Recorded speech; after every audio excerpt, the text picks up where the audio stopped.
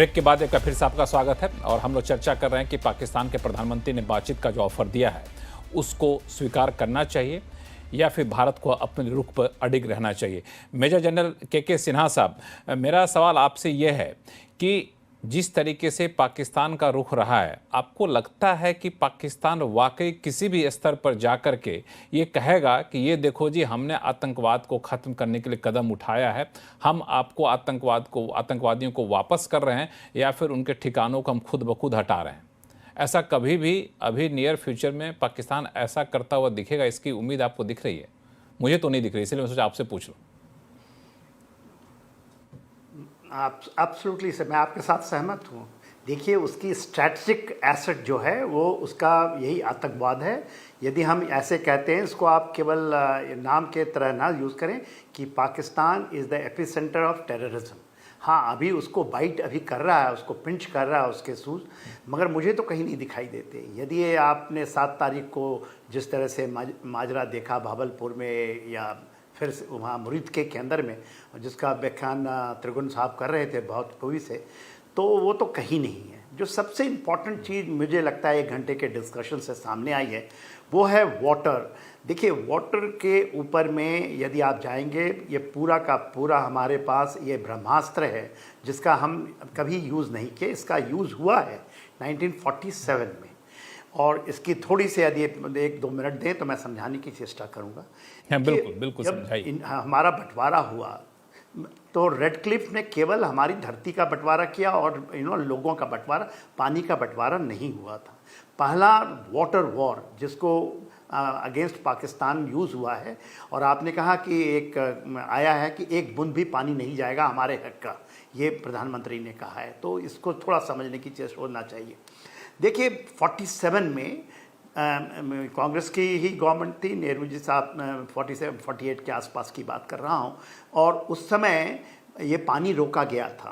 पानी जो 3 नदियाँ हैं नीचे, जो कि आपका है रावी, ब्यास और सतलज, क्योंकि जब 10 लाख लोग ट्रेन में कटे हुए पाकिस्तान से आए थे पाकिस्तान की पंजाब की धरती पे, तो वहाँ के जितने हुक्मरान थे, जो कांग्रेस के भी लीडर थे और राजस्थान के, उन्होंने कहा कि हमारे हक का पानी वहाँ नहीं जाएगा, और इसको वाटर का स्टॉपेज किया गया था।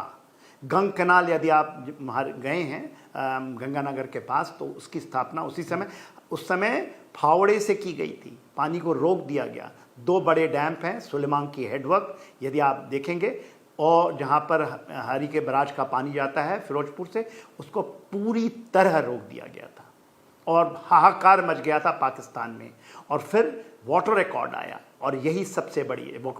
ये जो 1960 का वो नहीं आया था 47, ये 48 में ही लैंड में एक वाटर रिकॉर्ड आया, और ये हुआ उसमें कि पानी हम देंगे, बट उसके एवज में पाकिस्तान हमें पैसा देगा, ये कहा गया था। मगर 6 साल की लंबी लड़ाई के बाद 150 घंटे का डिबेट, और उस डिबेट को एक वर्ड पढ़िया, 150, उसका सारे अपोज कर रहे थे। कांग्रेस के बड़े नेता जो पंजाब के थे, और जो खास करके राजस्थान के थे, क्योंकि वो पानी इंदिरा गांधी कैनाल बाद में बनी है, वो तो राजस्थान के लास्ट तक चली गई है। और दूसरी जो कुछ लोग करते जो जम्मू एंड कश्मीर का, उन्होंने भी इसके ऊपर में कुछ कहा था कि ये 80%, यदि आप कहते हैं तो 80%, 20% इंश्योर कीजिए पानी रुकेगा। मगर 3 बातें आपको उससे निकाल के, मेरे शब्द नहीं हैं, ये हमारे प्रधानमंत्री उस समय का ये बयान है 150 घंटे की जो डिबेट हुई थी। उन्होंने कहा था, आप लोग नहीं समझते, उनकी वर्ड है, उनके जितने भी वहाँ सांसद थे, ये पीस एंड स्टेबिलिटी लाएगा, स्टेबिलिटी लाएगा। दूसरा, सिक्योरिटी गारंटी होगा हमारे लिए, और दूसरा कन्फ्लिक्ट प्रिवेंशन होगा। ये आप खोल करके देख लीजिए, इंडस वाटर ट्रीटी का ओपनिंग 3 रिमार्क है, और ये हमारे प्रधानमंत्री साहब का रिमार्क है उस समय का। इस एवज में हम इंडस वाटर ट्रीटी 2060 में बड़े दिल में रख करके हमने किया, और उस समय पाकिस्तान को पैसा, जिसको पैसा हमें देना था, वो हमने पैसा दिया कि आप डैम बनाएं। मंगला डैम जो कि 65 के बाद बनी है, अयूब खान जिसके साथ मिल करके यह कराची में साइन हुआ है, उसमें मंगला डैम का स्थापना 65 की लड़ाई के बाद पीओके में हुआ है। तो हमारी गलतियां हैं, ये पहली बार नब्ज पकड़ी है हमने। और ये देखिए हाहाकार हो, यदि डीजी आईएसपीआर का रिपोर्ट डे बिफोर यस्टरडे का रखे हैं सुनेंगे, तो वो तो कहता है कि या तो पानी बहेगा या सांस बंद कर देंगे। वही चीज जो हाफिज सईद कहता था, करके देखे ना। चिनाब का एक बूंद पानी नहीं जा रहा है, यह डिलसिल्टन का ये नहीं है, यह सफाई नहीं हो रही है। चिनाब का एक बूंद पानी नहीं जा रहा है, क्योंकि हमारे अंदर है कब हम इसे खोलें या कब हम करें। यही है वाटर बॉम्ब वो कह रहे हैं, और उनके यहाँ डिबेट चल रही है कि इसको डिफ्यूज करो। इसलिए पहला पॉइंट है कि वाटर के इशू के ऊपर में हम बात करना चाहते हैं। ये झांसा यदि हम आएंगे, क्योंकि हम एक इंटेलेक्चुअल डिबेट में बैठे हैं, तू मैं की डिबेट नहीं है, तो इन बारीकी से, और सब समझते हैं, पैनल में सारे बैठे हुए लोग इन बातों को उठाए हैं। और आपने हमारे जो बुकर साहब हैं बड़ा अच्छा बोला, कोई कश्मीर से लेना देना नहीं है। जिन्ना का आप अवार्ड देखिए, इट इज़ फॉर वाटर, वो कश्मीर को चाहते हैं। उनकी ये कोई जगलर वेन नहीं है, पानी की वेन है, जिसमें इंडस उसी जगह से निकलता है। और 62 की लड़ाई में चाइना वहां के उसके स्रोत जहां है मानसरोवर, उस पर आके बैठ गया। कैलाश रेंज को हमने अभी कैप्चर किया था, उसी का ऊपरी इलाका जो है जहां से वो निकलता है। और 2 नदियां निकलती हैं वहां से मानसरोवर से, एक है इंडस, दूसरा है सतलज। तो देखिए ये जो हमने इस बार करके दिखाया है, तो इस बार जो करके दिखाया है उसी पे हमें अडिग रहना है, उस पर से बिल्कुल भी नहीं हटना है। लेकिन एक चीज और है कि इस पे अगर इस पे किसी भी तरह की बहाली होगी इस समझौते को दोबारा से, तो एम्बेसडर सज्जनहार, आपको लगता है कि अब सिंधु जल समझौता जो है पुराना स्वरूप या फिर एबेन से पहले जो स्वरूप था वो अब तो नहीं लागू होने जा रहा है, क्योंकि उसके पीछे 2-3 ठोस लॉजिक है। एक तो पानी और खून साथ में बह नहीं सकता, दूसरा कि जैसा कि अभी पूरा जो उस समझौते की जड़ थी, जड़ में ही बहुत सारी गलतियां कर दी गई थी जो मेजर जनरल सिन्हा साहब बता रहे थे, और तीसरा कि हालात बदल चुके हैं। तकनीकी तौर पर भी देखें तो पानी अब वैसे नहीं बह सकता जैसे हम पहले पानी बहने देते थे। जी, बहुत धन्यवाद मुझसे प्रश्न पूछने के लिए। मैं जानता हूं हमारे 2 और पैनलिस्ट बैठे हैं। आरती जी ने हाथ उठाया है, वो भी कुछ इसमें कंट्रीब्यूट करना चाहती हैं, और समय की बहुत समय बिल्कुल का आपके बहुत पास अभाव में हो रहा वहीं है। तो जाऊंगा। मैं बहुत ही संक्षिप्त में मैं कहूंगा, जो आपने 3 ये प्रश्न पूछे हैं, आप बिल्कुल ठीक कह रहे हैं। उस स्वरूप में बिल्कुल नहीं हो सकता। भारत ने 2 साल पहले ये वाला प्रपोजल दिया था जो इसमें मॉडिफिकेशन की जरूरत है। पाकिस्तान ने उसको कोई ध्यान नहीं दिया, पाकिस्तान ने उसको बिल्कुल रिस्पॉन्ड ही नहीं किया। और भारत ये कहता रहा है, देखिए जब चेंज ऑफ सर्कमस्टांसेस होता है, डेमोग्राफिक चेंजेस हो गए हैं, टेक्नोलॉजी चेंजेस हो गए हैं, तो हमको बहुत इसमें और बदलाव करना है। परंतु पाकिस्तान हालांकि लोअर राइपेरियन है, पर वो हमेशा वीटो उसने रखा है इसके ऊपर। जो भारत ना बागलिहार में ना किशनगंगा में जो हमारे अधिकार का पानी है उसका भी हम प्रयोग नहीं कर सकते हैं। तो यकीनन अगर इसमें कुछ वो होता है, बाद में चलते हुए इसमें अगर बदलाव होता है, अबेयंस सस्पेंशन की जो स्थिति है उसको हम खत्म करते हैं, तो इस स्वरूप में तो नहीं होगा। भारत अपने आप किस प्रकार से इस पानी का और इस्तेमाल कर सकता है, टेक्नोलॉजी लाएगा। हमारे यहाँ पर इतनी ज्यादा पॉपुलेशन बढ़ गई है, आबादी बढ़ गई है, उनके लिए जरूरत है। तो वो जो 80% दिया जा रहा है वो यकीनन नहीं दिया जाएगा। लक्ष्मण जी, वो यकीनन नहीं दिया जाएगा। आरती टेकू सिंह, आपको जोड़ना चाह रही थी। लक्ष्मण जी, मैं बस इतना ही कहूंगी कि मुझे लगता है सबने हिस्टोरिकल कॉन्टेक्स्ट दे दिया, डिटेल्स भी दे दी। मैं बस इतना ही जोड़ना चाहूंगी कि भारत को पाकिस्तान के साथ आतंक और पीओजे के गिलगित बल्तिस्तान पे बात करनी चाहिए, क्योंकि वो कोई झांसा नहीं है। हमें मालूम है उनकी सच्चाई, हमें मालूम है कि पाकिस्तान की सोसाइटी जो रेडिकलाइज हुई है पिछले 75 साल में, और जो पाकिस्तान, इनफैक्ट प्राइम मिनिस्टर ने एक बहुत इंपॉर्टेंट बात कही है कि पाकिस्तान आर्मी और लश्कर तैयबा और हिजबुल मुजाहिदीन और जैश ए मोहम्मद में कोई अंतर नहीं है, वो एक ही है। अगर ये सभी पाकिस्तान आर्मी का हिस्सा है और यही सच्चाई है। तो हमें साफ-साफ उनके साथ आतंक के बारे में, पीओजे के गिलगित बल्तिस्तान के बारे में बात करनी चाहिए। ये मेरा मानना है। मुझे नहीं लग रहा है इसमें झांसे में आने की बात है, लेकिन बात करनी मुझे लगता है कि ये 2 बातें जो हमारी है, उन पे बात होनी चाहिए। बिल्कुल, इन दोनों पे बात होनी चाहिए और वहीं पे शर्त लगा देनी चाहिए सिंधु जल समझौते को कि बातचीत कर लीजिए, इस पे बातचीत करिए, सुलह करिए, फिर आप पानी थोड़ा बहुत हम देने को तैयार हो जाएंगे। और शुभंकर मिश्रा, ये एक ऐसा नब्ज है जिसको पकड़ कर रखेंगे तो सामने वाला के पास ज्यादा आपके पास पावर रहेगा उनको झुकाने के लिए। लक्ष्मण, देखिए, जहां तक पाकिस्तान को काबू में रखने का सवाल है, हमारे पास अगर सच बताएं तो इंडस वाटर ट्रीटी के अलावा और कोई तरीका है भी नहीं। देखिए, आज की व्यवस्था में हम न्यूक्लियर लड़ाई नहीं लड़ सकते, ये हम सबको पता है, और कन्वेंशनल लड़ाई कोई भी देश नहीं लड़ना चाहता है। तो बचा हुआ जो इकलौता रास्ता है जिससे हम पाकिस्तान की नस पकड़ के उसको पटक सकते हैं, या जिसको अगर हम बोले कि धोबी पाट दे सकते हैं, तो वो सिर्फ और सिर्फ पानी।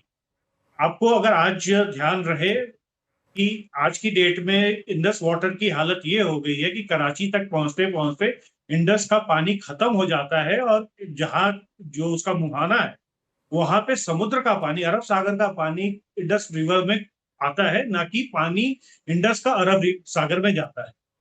पानी की ये कमी है। ईरान ने अलग से उनको धमकी दे रखी है कि वो पानी बंद करेंगे। अफगानिस्तान ने उनको ऑलरेडी बोल दिया है कि वो पानी बंद करना चाहते हैं। हम अपनी तीनों पूर्वी नदियों का पानी पूरी तरीके से बंद कर रहे हैं, और जो हमारी 3 पश्चिमी नदियां हैं, अगर हम इनका पानी जिस दिन बंद कर देंगे उस दिन पाकिस्तान 7 दिन के अंदर भूखा मरने की तैयारी शुरू कर देगा। तो पानी के अलावा हमारे पास एक्चुअली कोई तरीका नहीं। पानी के हमारा अलावा कोई पाकिस्तान से हमारे पास ट्रेड तरीका इतना म्यूचुअल था। एक मिनट लक्ष्मण, मुझे 1 मिनट और दीजिएगा। पाकिस्तान के साथ ट्रेड हमारा इतना कम था, 2008 में हमारा ट्रेड 2.5 बिलियन के आसपास था, 2024 में ये घट के 1.2 बिलियन हो गया था, अब तो बिल्कुल ही बंद हो गया। तो ट्रेड पे हम उनसे बात नहीं कर सकते। ऑलरेडी हमने ये डिस्कस कर लिया, आरती जी ने भी बोला कि पीओके और टेररिज्म पे बात होनी चाहिए, बट ये पाकिस्तान के एग्जिस्टेंशियल चीजें हैं। पाकिस्तान इसके बारे में कुछ बात कर ही नहीं सकता। अगर बात होगी भी तो सिर्फ बात होगी, उसका कोई नतीजा नहीं निकले। तो मिला जुला के कहानी यही है कि हमें इंडस वाटर ट्रीटी को रीवर्क करना ही होगा, और ये हमें हमारे हिसाब से करना होगा। और जब तक नहीं होता, माइट इज राइट, हम अपनी चलाएंगे जैसे हर मजबूत देश अपनी चलाता है। ना हमें यहाँ पे इंटरनेशनल प्रेशर की चिंता करना चाहिए, ना हमें सार्क की चिंता करना चाहिए, ना हमें अपने इंटरनल पॉलिटिकल पार्टीज और प्रेशर ग्रुप्स की चिंता करनी चाहिए। हमें इंडस वाटर ट्रीटी को उस समय तक हेल्ड इन अबेयंस रखना चाहिए जब तक पाकिस्तान हमारी सारी शर्तें नहीं मान। बिल्कुल, जब तक सारी शर्तें नहीं मान लेता तब तक हमें पानी नहीं देना चाहिए इंडस वाटर का। और एम्बेसडर सज्जनहार साहब, इसमें जो एक लाइन में कहा शुभंकर ने, उसी से मैं आगे आपसे पूछूंगा सवाल, क्योंकि ये एक हमेशा संभावना बनी रहती है जब आप जिस तरीके से ग्लोबल चाहे वर्ल्ड ऑर्डर बन रहा है, कि एक समय के बाद हो सकता है कि भारत के ऊपर एक प्रेशर बने दूसरे इंटरनेशनल कम्युनिटी का, चाहे यूएस हो या फिर दूसरे तरीके से, या फिर दूसरे ऑर्गेनाइजेशन है जिसने इंडस वाटर ट्रीटी को अमली जमा बनाया था, वर्ल्ड बैंक, या फिर दूसरे ऐसे अंतर्राष्ट्रीय संस्थान। तो इस दबाव की कितनी संभावना आपको दिख रही है और वहां पर भारत कितना अडिग रह सकता है? देखिए, मैं तो एक बहुत छोटा सा ये कहूंगा, जो भारत अब इस स्थिति में है जो 1960 की स्थिति में नहीं था, जो वर्ल्ड बैंक ने और अमेरिका ने प्रेशर डालकर हमारे अपने हितों के विरुद्ध जो उनने हमसे काम कराया, भारत की अब स्थिति बहुत अंतर है। देखिए, अब हम चौथी अर्थव्यवस्था बन गए हैं, भारत बहुत की शीघ्र स्थिति बहुत तीसरी अंतर है यहाँ पे। अर्थव्यवस्था। मैं जी हाँ, जी, और जो मैं जिस तरीके से समझता इकोनॉमिक के तौर पे, इकोनॉमी, मिलिट्री, पॉलिटिकल इन्फ्लुएंस वगैरह, हमारा जो सभी देशों के साथ हमारे जो संबंध हैं, रिश्ते हैं, तो हम रूस का मैं एक को एग्जांपल देता हूं। पूरे विश्व का, पश्चिमी देशों का हमारे ऊपर इतना दबाव पड़ा, जो आप तेल मत खरीदिए और रूस को आप कंडेम करिए। हमने किया? नहीं किया। और ये तो दूसरे देश के लिए था। अगर अपने देश के हित के लिए हमको ये करना पड़ेगा, कोई तो दबाव हम आएगा, करेंगे। तो मैं समझता हूं जो हम पूरे इसमें सक्षम हैं, जो उस दबाव को अच्छी तरीके से सक्षम है। एम्बेसडर हम त्रिगुणायत जी, डील कर पाएंगे। एम्बेसडर त्रिगुणायत जी, कितना बड़ा ये चैलेंज होगा इंटरनेशनल कम्युनिटी के दबाव के आगे अपने आप को अडिग रखना? देखिए, जो ताकतवर होता है उसी की दुनिया सुनती है, सीधी सी बात है। तो अगर आपके अंदर एक कॉम्प्रहेंसिव पावर है, आप एक स्ट्रांग नेशन है, तो दुनिया आपकी सुनेगी। और अगर आप नहीं है तो दुनिया आपको झुकाएगी। जैसा सज्जनार साहब ने कहा कि वो सिचुएशन 48 में थी, 60 में थी, आज वो सिचुएशन नहीं है। आज भारत अपनी शर्तों के ऊपर में, और सारी दुनिया जानती है। इसी मैंने आपको शुरू में कहा कि वो उनकी हिपोक्रेसी है अगर वो आपसे कहते हैं इस तरह की बातें। तो हमें उसको अपने बात जो हमें करना है हम करेंगे, वही हमने किया भी है, और मैं समझता हूँ आगे भी भारत यही करेगा। हम रिस्पेक्ट लेकिन करते इस हैं, एम्बेसडर तिरुना लेकिन जी, अपनी शर्तों एम्बेसडर पे तिरुना जी, नहीं मेरा चलना है। सवाल आपसे एक और है। एम्बेसडर तिरुना जी, मेरा सवाल यह है कि पाकिस्तान पावरफुल नहीं है, उसके मुकाबले में बहुत ज़्यादा पावरफुल है, लेकिन पाकिस्तान एक एसेट है, यूएस के लिए एसेट है, चीन के लिए एसेट है। ऐसे में पाकिस्तान को उनके हाल पर छोड़ नहीं सकता ये दोनों देश। वो मिसिसिपी से ला के पानी देते हैं। एम्बेसडर तिरुना जी, आपकी बात, आपसे पूछा सवाल में। कि मैंने बात कहा, मैंने कहा फिर मिसिसिपी रिवर से ला करके दे दे। रशिया वोल्गा रिवर ले आए अपनी, कोई और ला दे, वहां से लेके दे दे, बात खत्म। बात करते हैं, एंड आई एम बिल्कुल, नॉट ये जोकिंग। काफ़ी दिलचस्प। नहीं नहीं नहीं, बिल्कुल आपने सही कहा। तो ये एक रहेगा, लेकिन जितना जल्दी ये बात पाकिस्तान ऐसी है, घुटने पे आ रहा है, लेकिन लक्ष्मण जी, हाँ, बात ऐसी है। अब सारी बातें जायज हैं, लेकिन सबसे बड़ी बात यह है कि जो चीज हमारे लिए एक एग्जिस्टेंशियल थ्रेट है, वो है टेररिज्म। और आप टेररिज्म के टेररिज्म, ऊपर बिल्कुल, चूंकि दुनिया समय कोई काफी एक्शन कम लेने हो को रहा है, तैयार खत्म नहीं हो है। रहा है। मैं आपको बीच में रोक रहा हूँ, माफी चाहता हूँ, लेकिन आप सही मेहमानों का बहुत बहुत धन्यवाद हमारे शो में जुड़ने के लिए। आवाज अड्डा में फिलहाल इतना ही। देखते रहिए CNBC आवाज। नमस्कार।